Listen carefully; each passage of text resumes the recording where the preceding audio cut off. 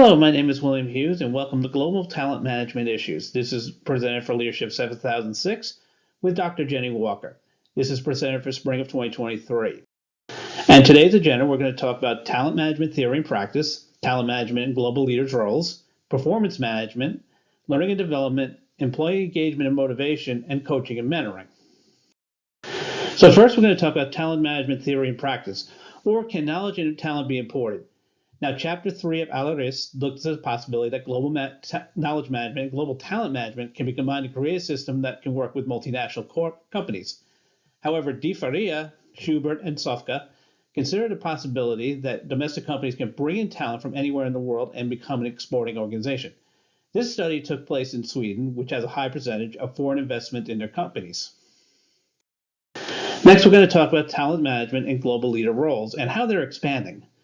Now, George discusses how global leaders must not only be aware of local markets, but also of changes in strategy within the business and possible political changes within countries. Sarat considers the changes in talent management. Although primarily focused on traditional talent management, many of the issues can be applied to global leaders as well, such as sourcing of talent and training of employees. Now, next we're going to talk about performance management, the changing reality of retaining employees and managers. Bassey and McMurray looked at 5 key elements of human capital drivers, which include leadership, employee engagement, the ability to acquire new skills, optimizing the workforce, and the accessibility of information that may help employees. If any of these are lacking, the employee will not be able to perform as well as possible. Within these 5 elements are 23 drivers or items that are useful to help the employee. The maturity level of these elements and drivers help determine the likelihood of the employee's success and retention.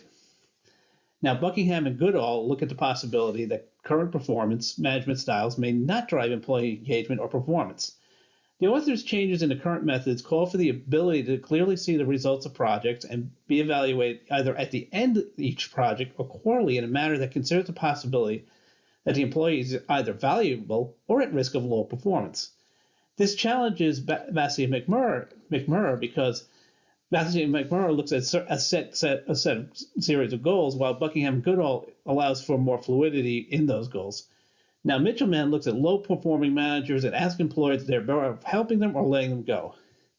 The author considers developing a long-range plan that details what is needed for improvement. Now, learning and development is improving on a manager's ability to learn new ideas. Now, Merriam focused on how adults are now learning new concepts on their own. This concept is called andragony, is similar to how these programs run, where students are assigned readings and given prompts for discussion of weekly topics. This is different from pedagogy, which is a traditional approach where teachers speak to students on topics and have homework and things like that. Cumberland, Hurd, Allegoria, and Carrick looked at the literature on developing global managers through improving their knowledge and skills. The skills required include global mindset, the awareness of cultural differences, and general knowledge and skills training. The methods include self-study, formal programs, traveling abroad for work, and immersion into a different culture.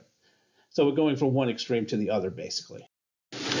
Now, employee engagement and motivation, or why employees leave organizations. How places the importance of employee motivation at the top of the corporate ladder, as opposed to perks such as free lunches and childcare. So leaders should focus more on motivating their employees instead of just saying, here's lunch or here's childcare, here's a transit pass or whatever. Employees need to feel valued in order for them to stay. Now, McAllister, Dolbier, Webster, Mallon, and Steinhardt did a study showed that support from both coworkers and management helped improve employee satisfaction.